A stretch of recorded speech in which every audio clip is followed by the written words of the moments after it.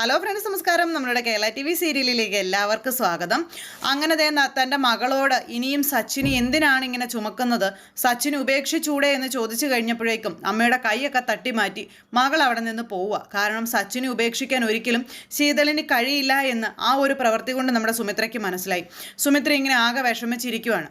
എന്ത് ചെയ്യുമെന്ന് സുമിത്രയ്ക്ക് അറിയില്ല. കാരണം മകളുടെ ജീവിതം ഓരോ ദിവസവും പിറകോട്ടാണ് പോയിക്കൊണ്ടിരിക്കുന്നത്, ദുരന്തങ്ങളിൽ നിന്ന് ദുരന്തങ്ങളിലേക്ക്. അങ്ങനെ മകളുടെ ജീവിതവും അവസാനിച്ചു പോകുമോ എന്നൊക്കെയുള്ളൊരു പേടിയായിട്ട് നമ്മുടെ സുമിത്ര അവിടെ അങ്ങനെ ഇരിക്കുക.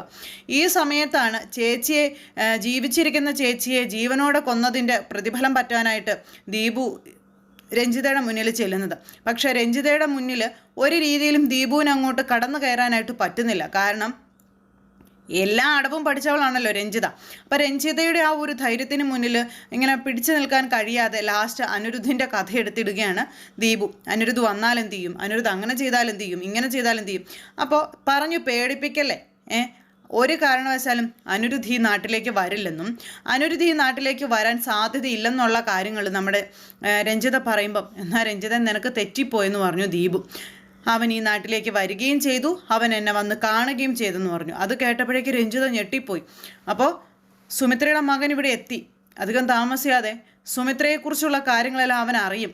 അതറിഞ്ഞു കഴിഞ്ഞിട്ടുണ്ടെങ്കിൽ പ്രശ്നമാണ് എന്ന് രഞ്ജിതയ്ക്ക് മനസ്സിലായി. അപ്പം അനിരുദ്ധ് വന്നതിനെ പറ്റിയും അനിരുദ്ധ് വന്ന് ഈ കാര്യങ്ങളെല്ലാം സംസാരിച്ചതിനെ പറ്റിയൊക്കെ ഉള്ളതും എല്ലാം വള്ളി പുള്ളി വിടാതെ ദീപു പറഞ്ഞു കേൾപ്പിച്ചപ്പോഴത്തേക്കും, ദീപു ഒരു കാര്യം ഞാൻ പറഞ്ഞേക്കാം,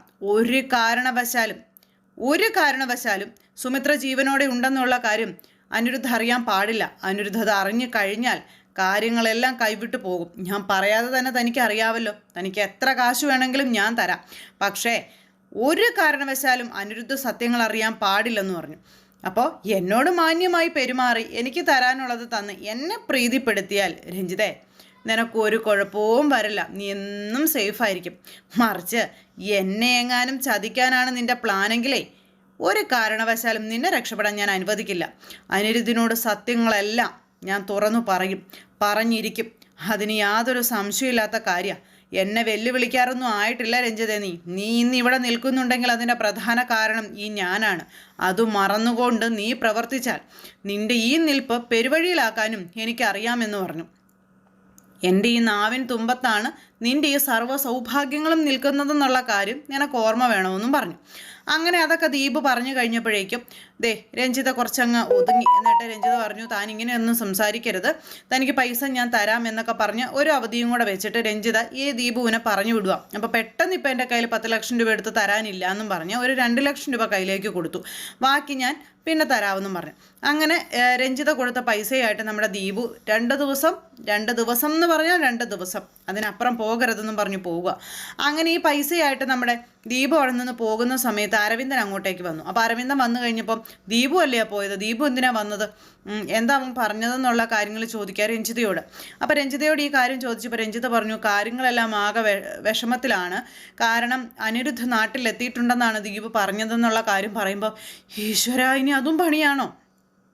ആ ചെറുക്കൻ നാട്ടിലെത്തിക്കഴിഞ്ഞിട്ടുണ്ടെങ്കിൽ ആകെ പ്രശ്നമാകില്ലേ എന്നൊക്കെ രഞ്ജിതയോട് ചോദിച്ചു ഭർത്താവ്. ഇത് കേട്ടപ്പം, അതെ, എല്ലാം പ്രശ്നമാകും, നിങ്ങൾക്ക് കാര്യങ്ങളൊക്കെ അറിയാവുന്നതല്ലേ, പിന്നെ എന്തിനാണ് നിങ്ങൾ ഏത് നേരം എന്നോട് ഇത് ചോദിക്കുന്നതെന്ന് രഞ്ജിത ഭർത്താവിനോട് ദേഷ്യപ്പെട്ട് ചോദിക്കുന്നു. ഇനിയിപ്പോൾ എന്താ രഞ്ജിത നമ്മൾ ചെയ്യുന്നതെന്ന് ചോദിച്ചു. നമ്മളിതിലൊന്നും ചെയ്യണ്ട, നമ്മളൊന്നും അറിയാതെ അങ്ങ് നിന്നാൽ മതി. പിന്നെ ഇനിയിപ്പോൾ എന്തെങ്കിലും ഒരു കാരണവശാൽ നാട്ടിലെത്തിയ അനിരുദ്ധ് തൻ്റെ അമ്മ ജീവനോടെ ഉണ്ടെന്നുള്ളൊരു സത്യം തിരിച്ചറിഞ്ഞാൽ ആദ്യം പോകുന്നത് തൻ്റെ അമ്മ മരിച്ചുപോയി എന്നും പറഞ്ഞു വിശ്വസിപ്പിച്ച ദീപുവിൻ്റെ അരികിലേക്കായിരിക്കും. ദീപുവിൻ്റെ അരികിൽ ചെന്നാൽ ദീപുവിനോട് ആ പ്രതികാരം മുഴുവൻ അയാൾ വീട്ടും. ആ ചെറുക്കൻ അങ്ങനെ എങ്ങാനും ചെയ്താൽ ദീപു എന്ന് പറയുന്നവൻ ശരിക്കും നമുക്കായിരിക്കും പാരയായിട്ട് വരുന്നത്. അതുകൊണ്ട് ദീപു എന്ന് പറയുന്നവനെ അധികം ഒന്നും ഇനി ജീവിച്ചിരിക്കാൻ സമ്മതിക്കേണ്ടെന്നുള്ള കാര്യങ്ങൾ രഞ്ജിത ഇങ്ങനെ പറയാം. അപ്പോൾ എന്താണ് ഇനി അങ്ങോട്ടേക്ക് ഈ അനിരുദ്ധിൻ്റെ നീക്കമെന്ന് നോക്കട്ടെ, അതിനുശേഷം എന്ത് തീരുമാനം വേണമെന്ന് എടുക്കാം എന്ന് രഞ്ജിത പറയുന്നു. അതുവരെ അനിരുദ്ധി നാട്ടിലെത്തിയ വിവരം ഒരു കാരണവശാലും സുമിത്രയോ പൂജയോ അറിയാൻ പാടില്ലെന്നുള്ള കാര്യവും പറയാം.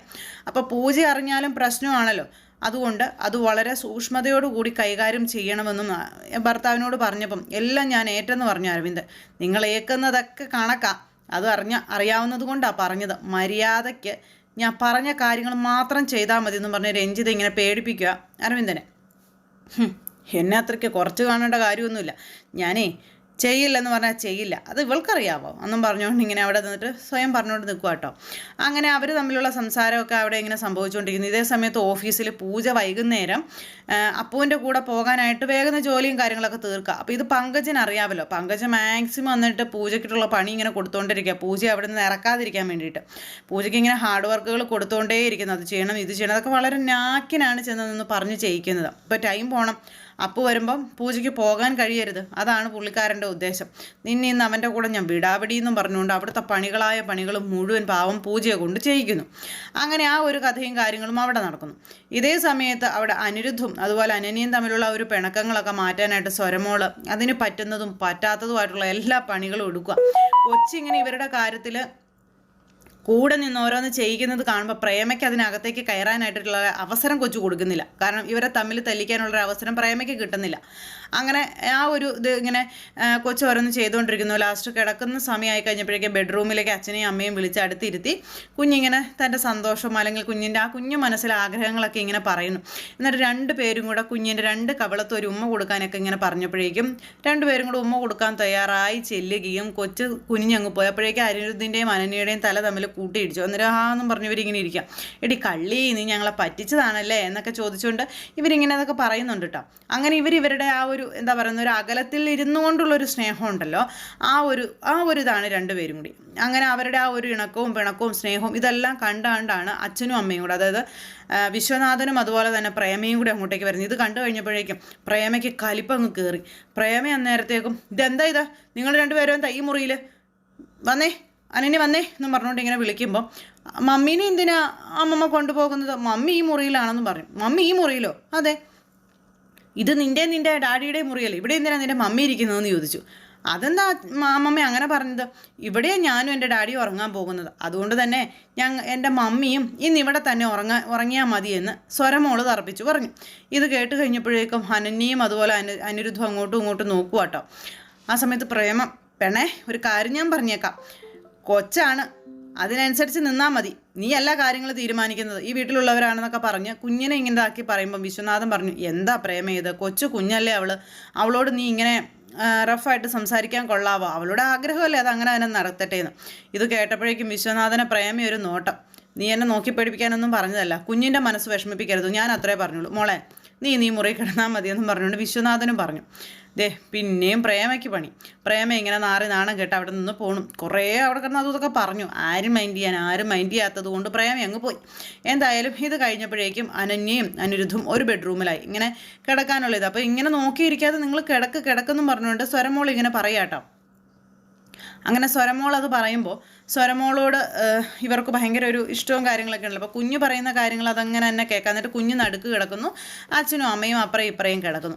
എന്തായാലും അനിരുദ്ധ നാട്ടിലെത്തിയതോടുകൂടി പല കള്ളക്കളികളും പുറത്തു വരാനൊക്കെ ആയിട്ടുള്ള ആ ഒരു ഇത്. കാരണം അനന്യയുടെ ജീവിതത്തിൽ അനിരുദ്ധിന് സ്ഥാനം ഇല്ലാണ്ടാക്കുന്നതും അനന്യയും അനിരുദ്ധിനെയും തമ്മിൽ തല്ലിക്കാൻ നിൽക്കുന്നതും പ്രേമയാണെന്നുള്ള കാര്യം അനിരുദ്ധിനെ മനസ്സിലായി. അങ്ങനെ നാട്ടിലെത്തിയതോടുകൂടി പല പച്ചയായ സത്യങ്ങളും നമ്മുടെ അനിരുദ്ധ് തിരിച്ചറിഞ്ഞു കഴിഞ്ഞു. അതിനൊക്കെ ഒരു പരിധി വരെ നമ്മുടെ ആ സ്വരമോളാണ് കാരണം. അങ്ങനെ ഇവർക്കിടയിലുള്ള ആ ഒരു പ്രശ്നങ്ങളെല്ലാം പരിഹരിക്കണമെന്ന് തന്നെ അനിരുദ്ധ് മനസ്സുകൊണ്ട് വിചാരിക്കുന്നു. പക്ഷേ ഇപ്പോഴും അമ്മ മരിച്ചു എന്നുള്ള ആ ഒരു വിഷമം, ആ ഒരു ഇതിലാണ് ഇങ്ങനെ അനിരുദ്ധ് ഇരിക്കുന്നത്. ഇതിനിപ്പോൾ ഈ പറയുന്ന നമ്മുടെ അനന്യയായിട്ട് സംസാരിക്കുന്ന സമയത്തും അനിരുദ്ധിനോട് അനന്യ പറയുമോ എന്നുള്ള കാര്യം അറിയില്ല. അതായത് പ്രേമ പറഞ്ഞല്ലോ സുമിത്രയെ കണ്ട കാര്യം, ആ കാര്യം ഇനി അനിരുദ്ധിനോട് പറയുമോ എന്നുള്ളതും അറിയില്ല. അതും കൂടെ അറിഞ്ഞു കഴിഞ്ഞിട്ടുണ്ടെങ്കിൽ തീർച്ചയായിട്ടും ഇതിൻ്റെ സത്യം തേടി നമ്മുടെ അനിരുദ്ധ് പോകും, അത് 100% ഉറപ്പാണ്. അങ്ങനെ അവരുടെ ജീവിതത്തിൽ ഏകദേശമൊക്കെ പച്ചക്കൊടി ഇങ്ങനെ പാറിപ്പിക്കുന്നു നമ്മുടെ സ്വരമോള്. അവരിങ്ങനെ ആ ഒരു ജീവിതത്തിലേക്ക് മടങ്ങി എത്തിക്കൊണ്ടിരിക്കുന്ന സമയം പിന്നെ കാണിക്കുന്ന നമ്മുടെ സുമിത്രയാട്ടോ. സുമിത്ര ഇങ്ങനെ വീട്ടിലിരുന്ന് ആലോചിക്കുക. സുമിത്രയുടെ തലയിൽ ഇപ്പോൾ എടുത്താൽ പൊങ്ങാത്ത ഭാരമാണല്ലോ ഇരിക്കുന്നത്. മകള്, അതുപോലെ മക്കൾ, അതുപോലെ സരസ്വതി, പിന്നെ നമ്മുടെ രോഹിത്തിൻ്റെ സ്വത്ത്, ഇതെല്ലാം ഒന്ന് സെറ്റാക്കി കൊണ്ടുവരണം. ഇതെല്ലാം സുമിത്ര ചെയ്യേണ്ട കാര്യങ്ങളും. അങ്ങനെ സുമിത്ര ഇതിനെപ്പറ്റിയുള്ള ആലോചനയും കാര്യങ്ങളും ഒക്കെ ആയിട്ട് തല പുകഞ്ഞ് അവിടെ ഇരിക്കുമ്പോൾ ഈ സരസ്വതി അവിടെ നിന്നും ഇവിടെ നിന്നും മുക്കിനും മൂലയ്ക്കും ഒക്കെ നിന്ന് ഇങ്ങനെ സുമിത്രയെ വാച്ച് ചെയ്യുക. ഇവളുടെ തലയിൽ എന്തൊക്കെയോ വലിയ ഭാരം തന്നെ ഇരിപ്പുണ്ട്, ഇവളുടെ ജീവിതത്തിൽ മൊത്തത്തിൽ എന്തൊക്കെയോ കള്ളത്തരങ്ങളുണ്ട്, ഇവൾ അതുകൊണ്ടാണ് ഇങ്ങനെ ഇരിക്കുന്നത്. അപ്പോൾ സുമിത്ര എന്താണ് ചെയ്യുന്നത് എന്നറിയാനായിട്ടുള്ള ഒരു ഇതിൽ സരസ്വതി. അപ്പോൾ സുമിത്ര എവിടെ ഇരിക്കുന്നതെന്ന് പറഞ്ഞിട്ടുണ്ടെങ്കിൽ ഇതെല്ലാം ആലോചിക്കുന്ന കൂട്ടത്തിൽ ഇത്രയും നേരമായിട്ടും പൂജ തിരിച്ചെത്തിയിട്ടില്ല. അപ്പോൾ പൂജ വരാത്തതിൻ്റെതായ ഒരു വിഷമവും സങ്കടവും അതും സുമിത്രയ്ക്കുണ്ട്. ഇത്രയും നേരമായിട്ടൊരു പെൺകുട്ടിയല്ലേ. അപ്പോൾ വൈകുന്നേരം കൊണ്ടുവരാമെന്ന് പറഞ്ഞതിൻ്റെ ഒരു ധൈര്യത്തിലാണ് നമ്മുടെ സുമിത്ര അവിടെ അങ്ങനെ ഇരിക്കുന്നത്. അപ്പോൾ അങ്ങനെയൊക്കെയുള്ള ഒരു സിറ്റുവേഷനും കാര്യങ്ങളൊക്കെയാണ് ഇന്നത്തെ എപ്പിസോഡിൽ വരുന്നത്. അപ്പോൾ പ്രമോ എല്ലാവർക്കും ഇഷ്ടപ്പെട്ട് കാണുമെന്ന് വിശ്വസിക്കുന്നു. എല്ലാവരുടെ സപ്പോർട്ടിനും സ്നേഹത്തിനും ഒത്തിരി നന്ദി അറിയിക്കുകയാണ്. സൂപ്പർ ഹിറ്റ് കഥയുമായി കാണുന്നത് വരെ എല്ലാവർക്കും നന്ദി.